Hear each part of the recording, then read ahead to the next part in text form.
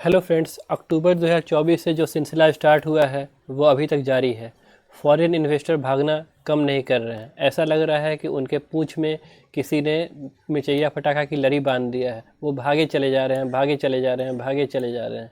वो लगातार अपने शेयर बेच रहे हैं। इससे असर हमारे शेयर मार्केट पर पड़ रहा है। शेयर मार्केट लगातार डाउन जा रहा है, डाउन जा रहा है, क्योंकि कंपनियों की अर्निंग जो है, ग्रोथ जो है वो स्लो हो रही है। और कंपनियों का जो रिजल्ट भी आया है वो रिजल्ट एक्सपेक्टेशन के अकॉर्डिंग नहीं आया है। और इंडिया यूएस का ट्रेड डील जो है वो ऐसा फंसा हुआ है, जैसा लगता है कि वो ट्रेड डील कभी सॉल्व ही नहीं होने वाला है। और जब बड़े लोग पैसे निकाल रहे हैं तो मार्केट का बैलेंस हिल गया है।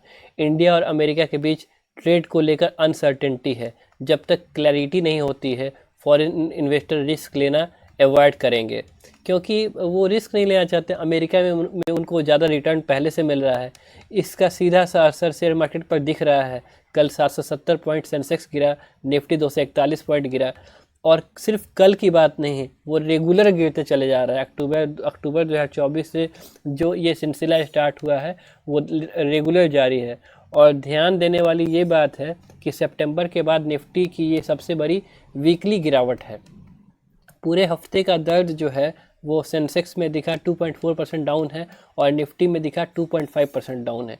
यानी एक हफ्ते में इन्वेस्टर्स का कॉन्फिडेंस बहुत बुरी तरीके से हिल गया है।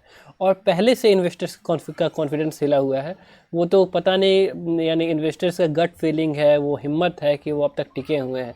नहीं तो अक्टूबर से बहुत बुरा हाल है।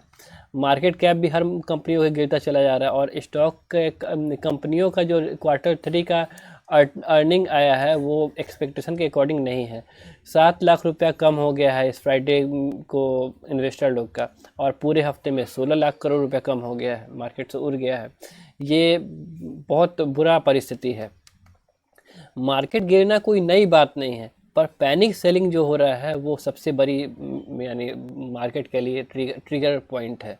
अब देखिए, ग्रीनलैंड एक छोटा सा तो एरिया नहीं है। अब अमेरिका बड़ा एरिया है, लेकिन वो बर्फ़ से ढका हुआ, यूजेबल बहुत कम एरिया है। और यानी यहाँ पे कहा जा रहा है कि वहाँ पे तेल का भंडार बहुत ज़्यादा है, रेयर अर्थ का भंडार बहुत ज़्यादा है। तो ये अमेरिका जो है वो अपने हिस्से में इस चीज़ करना चाह रहा है। और नीदरलैंड 800 साल, 1000 साल से इस ग्रीनलैंड को अपने पास रखे हुआ है। अब ये अब यानी हिस्टोरिकल चीज़ है कि वो क्यों इसको कैसे एक्सेप्ट किया, कैसे इसको अपने कब्जे में लिया। अब अमेरिका अब किसी दिन बगराम एयरबेस जो अफ़गानिस्तान में है, वो बोलता है कि हम धमकी दे के इसको कब्जा कर लेंगे। कभी बोलता है ग्रीनलैंड पे कब्जा कर लेंगे, कभी बोलता है कि क्यूबा हम ले लेंगे, कभी बोलता है कि वेनेजुएला हम ले लेंगे, और बोलता है कि हम पीस के देवता हैं, हम नोबेल पीस प्राइज़ हमको चाहिए। लेकिन अमेरिका जो ये काम कर रहा है, हमको ऐसा लगता है कि पहले वो अमेरिका पहले गोल्ड खरीद लेता है, ट्रंप पहले गोल्ड खरीद लेता है, फिर अनसर्टेनिटी की बात करता है।